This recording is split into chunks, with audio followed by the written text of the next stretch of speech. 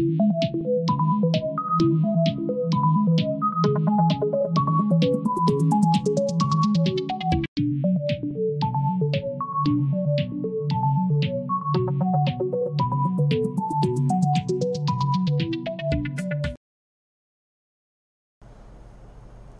वालेकुम। खालिद सैफुद्दीन आपके साथ 2 अगस्त की कॉल लेकर हम सब में पहले तो आज का मैसेज डिस्कस कर लेते हैं। आप बराबर में देख रहे होंगे स्क्रीन पे, यहाँ पर मैंने वॉरेन बफेट और माइकल कोवल की बात को आपसे शेयर किया है। वॉरेन बफेट ये कहते हैं कि मार्केट वो डिवाइस है जो पैसे को ट्रांसफ़र करती है इम्पेशेंट से पेशेंट लोगों के पास। बहुत ही गहरी बात की है कि जो ट्रेडर होते हैं, अगर ट्रेडर को अपने सेंटिमेंट और को काबू करना नहीं आता, वो इम्पेशेंट रहते हैं, तो यकीनी तौर पे वो लॉस ट्रेड में एंड अप होते हैं। और इम्पेशेंट कौन होता है? 90% इम्पेशेंट वो होता है जिसके पास कोई ट्रेडिंग प्लान नहीं होता। वो हाइपर एक्टिव मूव्स पे एंट्री लेता है कि हाइप क्रिएट हो रही है, उसकी अपनी कोई होमवर्क नहीं होती, और उसके बाद फिर वो किसी भी पैनिक में माल बेच देता है। तो वो सिर्फ और सिर्फ मार्केट की हाइपर एक्टिविटीज़ और पैनिकिंग सिचुएशन को फॉलो कर रहा होता है, तो वो नुकसान उठाता है। तो इम्पेशेंट और पेशेंट का जो इन्होंने एक ये बताया है कि मार्केट सिर्फ इम्पेशेंट से पैसा लेती है और पेशेंट लोगों तक पहुंचा देती है। फिर उसके बाद माइकल कोवल ने एक बड़ी अच्छी बात कही कि कभी भी आप आर्ग्यूमेंट मत कीजिए अपने ट्रेडिंग सिस्टम से। तो यहाँ पर मैंने इन दोनों बातों को साथ इसीलिए मिलाया है कि ट्रेडिंग सिस्टम हो हमारा, ट्रेडिंग प्लान हो हमारा, रिस्क मैनेजमेंट हो हमारा, मनी मैनेजमेंट हो हमारा। अगर ये तमाम चीज़ें हम साथ लेके चल रहे हों तो फिर मार्केट हमें कोई बड़ा नुकसान नहीं दे सकती। नुकसान तो बहरहाल इस मार्केट में हो सकता है, इसके अपने डिस्क्लेमर्स हैं, ठीक है ना। ऐसा तो नहीं होता कि मैं ये कहूँ कि इस मार्केट में नुकसान होता ही नहीं, कोई ऐसा टॉप बंदा हो सकता है जो नुकसान ही ना करे। नहीं, ऐसा नहीं होता, नुकसान ज़रूर हो सकता है, मगर नुकसान को आप मिनिमाइज़ कर देते हैं, बहुत कम नुकसान होगा और छोटा नुकसान होगा। अच्छा जनाब, अब हम चलेंगे वीकली रैपअप पे। तो जो glimpse of the last week call है, हम उस पर बात करते हैं। अगर आप लोगों को हमारी लास्ट वीक की कॉल याद हो तो उसमें क्या बातें कही थी? एक तो मैंने कहा था कि ये टाइम है कि अब इंडेक्स को अपनी डायरेक्शन बनानी होगी, एक बात मैंने ये कही। उसके बाद मैंने कहा कि मुझे आने वाले हफ्ते में मार्केट मूव बनाती हुई नज़र आ रही है, और इस वक्त मुश्किल ज़रूर है बुल्स एंड बियर्स पर पॉइंट करना कि कौन अपने हक़ में ये डायरेक्शन लेगा, मगर ट्रिगर को फॉलो करेंगे तो हम समझ सकेंगे। 48,066 के ऊपर तेज़ी करेंगे हम, उससे पहले तेज़ी नहीं करेंगे। और बाद में फिर जब वीक में जब हमारी मज़ीद कॉलें आई तो हमने उसको थोड़ा सा मज़ीद डिफ़ाइन किया कि 48,058 से लेके 48,170 तक का जो एरिया है वो एक प्रॉब्लमेटिक एरिया है। जब तक इसको ब्रेक नहीं करती मार्केट स्टेबल नहीं होगी, ये बात बताते रहे। उसके बाद फिर हमने आपको 47,698 का एक लेवल दिया था पिछले मंडे कॉल में, जिसके बारे में कहा गया कि इसके नीचे लॉन्ग नहीं करना, ठीक है जी। अब चलते हैं। अब यहाँ पर मैंने आपको 2 ग्रे चार्ट दिए हैं। अगर आप ऊपर वाला ग्रे चार्ट देखेंगे तो ये वो चार्ट है जो पिछली कॉल में मौजूद था। ये ग्लिम्स पे जो टाइम लगा रहा हूँ मैं, आपको समझाने की कोशिश कर रहा हूँ, that is only for educational purpose. जो लोग सिर्फ आने वाले सेशन के बारे में जानना चाहते हैं वो मेरी इस वीडियो को फॉरवर्ड करके देख सकते हैं, मगर मैं अपने क्लाइंट्स और मेंबर्स को कुछ चीज़ें हमेशा समझाता हूं, तो यहाँ पर मैं वो समझाने की कोशिश कर रहा हूँ। ये जो ऊपर वाला चार्ट है, ये वो चार्ट है जिसमें जो हमने पिछले हफ्ते की कॉल में दिया था।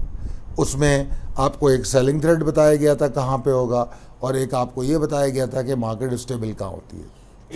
अब उसके बाद उसी पोजीशन को हमने जो है, उसी सेम चार्ट को इन 4-5 सेशन के इजाफे के साथ दिखा दिया है नीचे। तो अब आप देखिए कि जो मार्केट में तीसरा सेशन, चौथा सेशन और 5वां सेशन वो उस ट्रेंड लाइन के नीचे ट्रेड हो रहा है।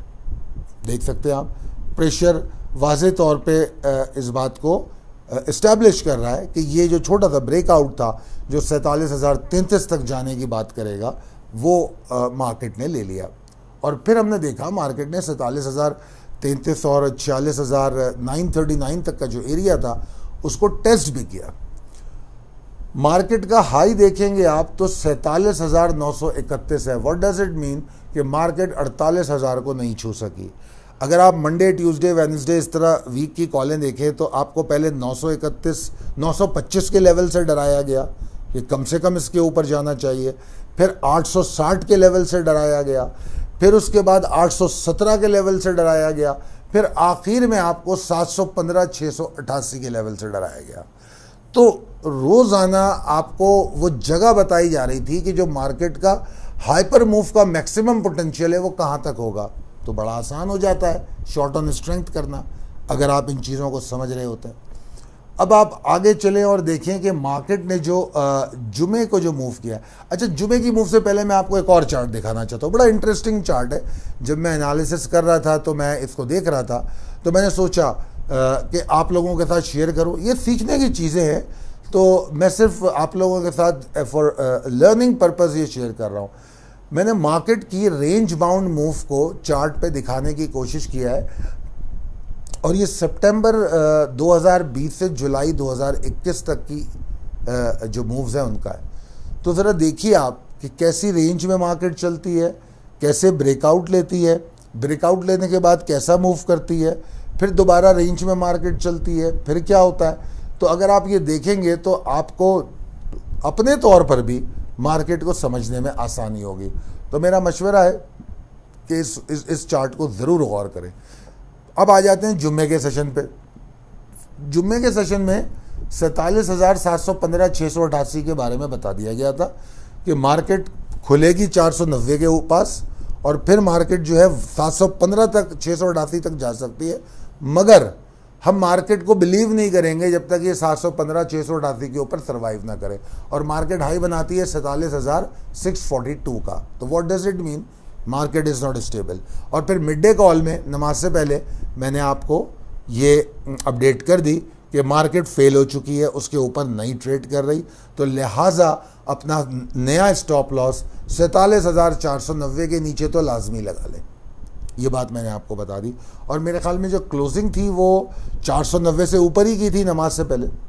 फिर नमाज के बाद हमने एक डाइव डाउन सिचुएशन देखी और वो डाइव डाउन सिचुएशन मार्केट को 46,939 की एरिया तक ले आई और ये वही एरिया है 47,033 और 46,939 वाला, ये वही एरिया है और उस एरिया तक ले आई। अगर आपको 2 हफ्ते पहले की कॉल्स याद हैं तो उसमें अलर्ट 1, अलर्ट 2 और अलर्ट 3 का जिक्र किया गया था।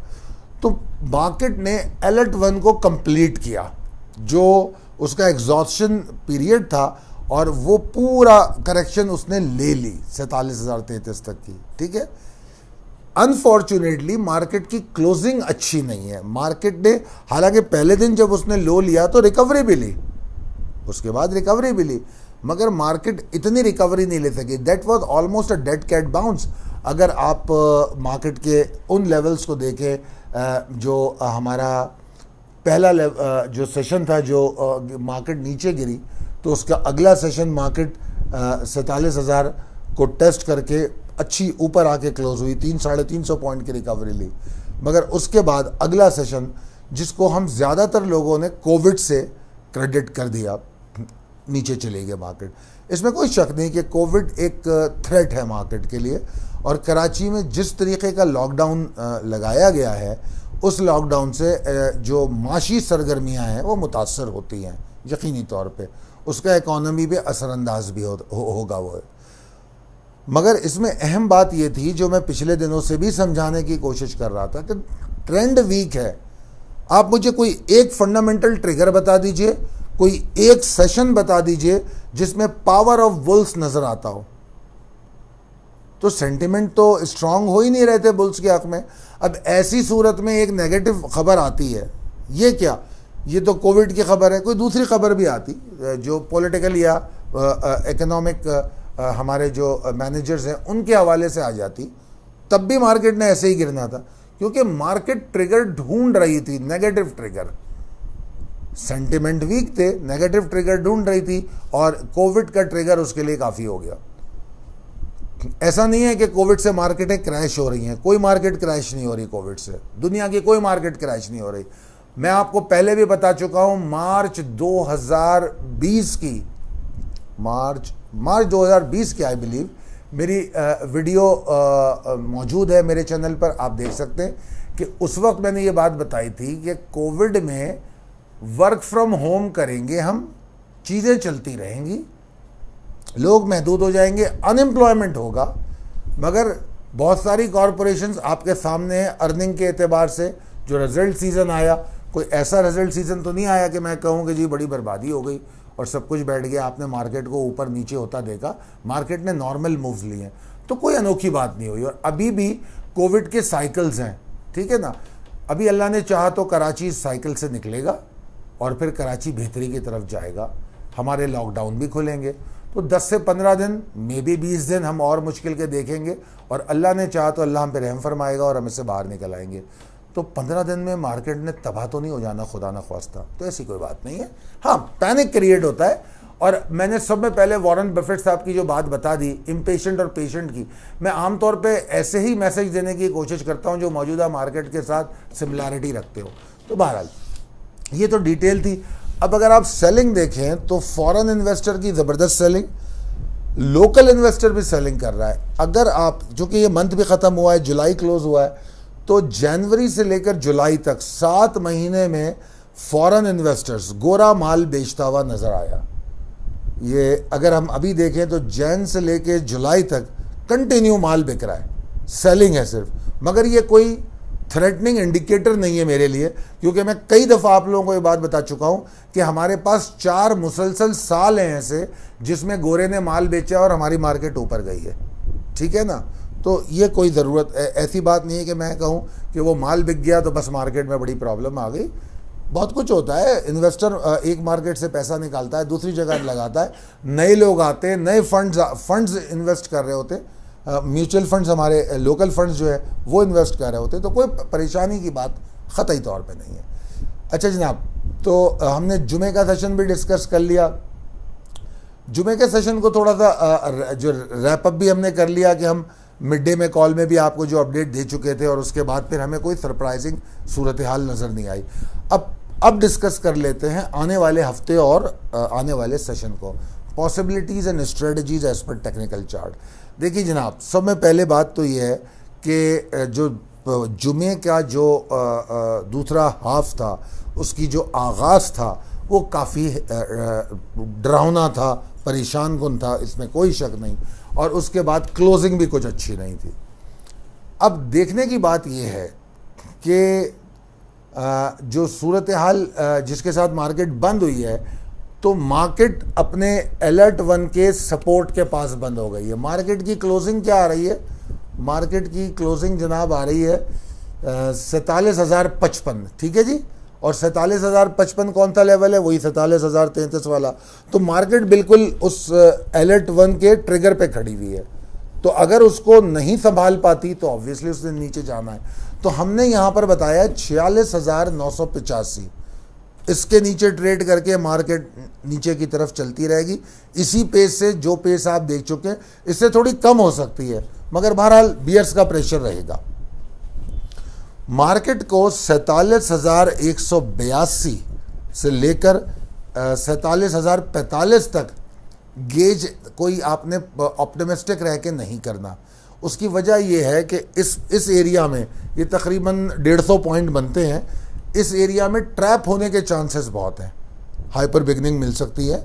हाइपर बिगनिंग मिली 47,185 के ऊपर, अगर वो नहीं रुकती मार्केट, तो मार्केट अच्छी नहीं है, रिकवर नहीं कर रही। वो इवन 185 के ऊपर भी ट्रेड करती है तो बुलिश नहीं हो रही, ख़तई तौर पे बुलिश नहीं हो रही। बुलिश होने के लिए मैंने आपको जुमे की कॉल में भी कहा था, now we are looking for the consistency of bulls. एक रिकवरी, जुमेरात की रिकवरी के बाद मैंने ये बात आपको वाज़ेह की थी कि सिर्फ एक रिकवरी काफ़ी नहीं होती, कंसिस्टेंसी ऑफ बुल्स की बड़ी ज़रूरत है। वो हमें नहीं मिली तो नहीं है कंसिस्टेंसी, ठीक है, तो हम बुल्स के एफर्ट की उम्मीद नहीं करेंगे।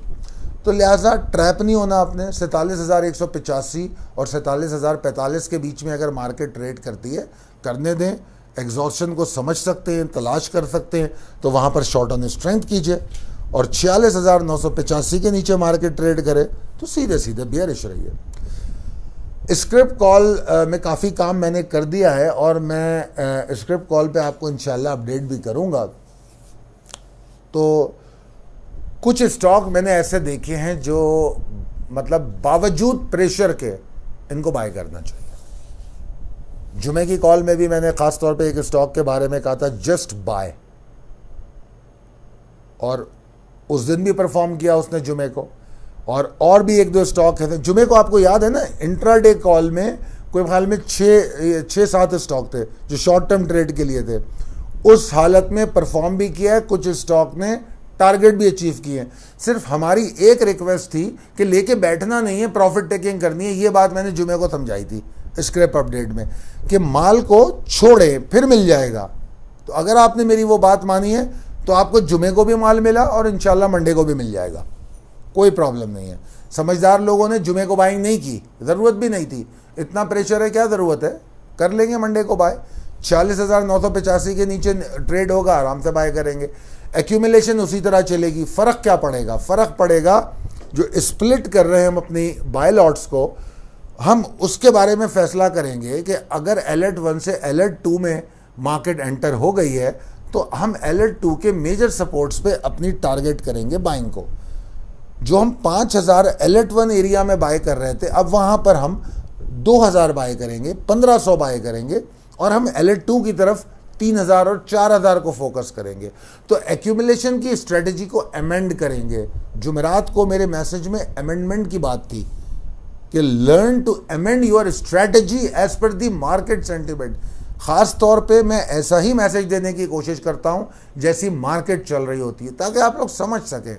अगर आप अपनी स्ट्रेटजी को अमेंड करने के लिए तैयार हो गए तो ठीक है, फाइन, आपने फिर इसका फ़ायदा उठाया होगा।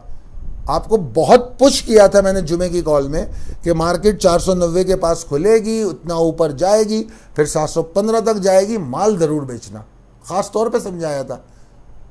अब अगर कोविड का लॉकडाउन लग गया, वो एक इजाफी खबर है मेरे लिए।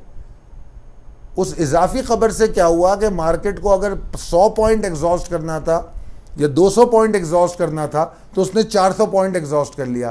तो वो हमें बेनिफिट ही कर रहा है ना, हमें तो माल बेचना था। आपको समझाया तो यही गया था ना। तो अगर आप लोग ट्रिगर को फॉलो करेंगे तो ऐसे जो अनफोर्सीन सिचुएशन क्रिएट हो जाती है मार्केट में, वो फर्दर हेल्प करती है प्रॉफिट में, फर्दर हेल्प करती है।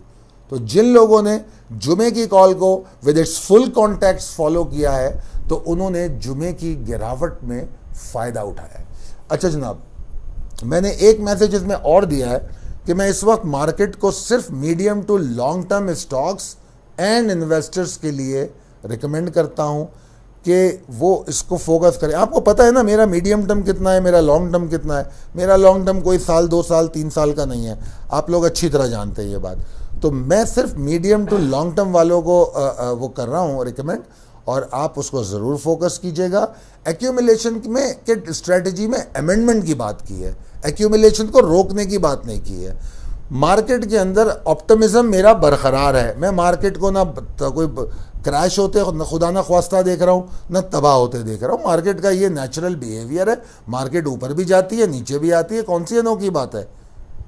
मार्केट पॉजिटिव ट्रिगर ढूंढती है, मार्केट अपने बुल्स का मोमेंटम रीगैदर करती है। एक ख़ास जगह पे जब रेंज बाउंड चलती है तो अपना मोमेंटम रीगैदर करके फिर मूव बनाती, तो अभी भी आगे भी बनाएगी इंशाल्लाह, कोई बड़ी बात नहीं है। तो बहरहाल ट्रिगर्स को फॉलो कीजिए, मार्केट के जो ट्रेंड और सेंटिमेंट है उसको फॉलो कीजिए ताकि आप मैक्सिमम बेनिफिट ले सकें इंशाल्लाह ताला। अल्लाह ने चाहा तो आप बहुत कामयाब ट्रेड करेंगे। मैं बहुत शुक्रगुजार हूँ कि मेरी इस लंबी वीडियो को देखने का, समझने का। जो लोग, मैंने जिस तरह पहले बताया था, जिन लोगों को possibilities and strategies as per technical chart देखना होता है वो प्लीज़ फॉरवर्ड कर लें। मेरी यूट्यूब वीडियोस जो है वो मेरे मेंबर्स और फॉलोवर्स के लिए पहले फोकस होती हैं, और अल्हम्दुलिल्लाह हमारे members and followers they are professional traders and they are trading by learning. They believe on learn before they earn. तो लिहाजा हम उस रूल को फॉलो करते हैं, तो आप लोग इसको फॉरवर्ड कर सकते हैं। बहुत शुक्रिया, थैंक यू, अल्लाह हाफिज़।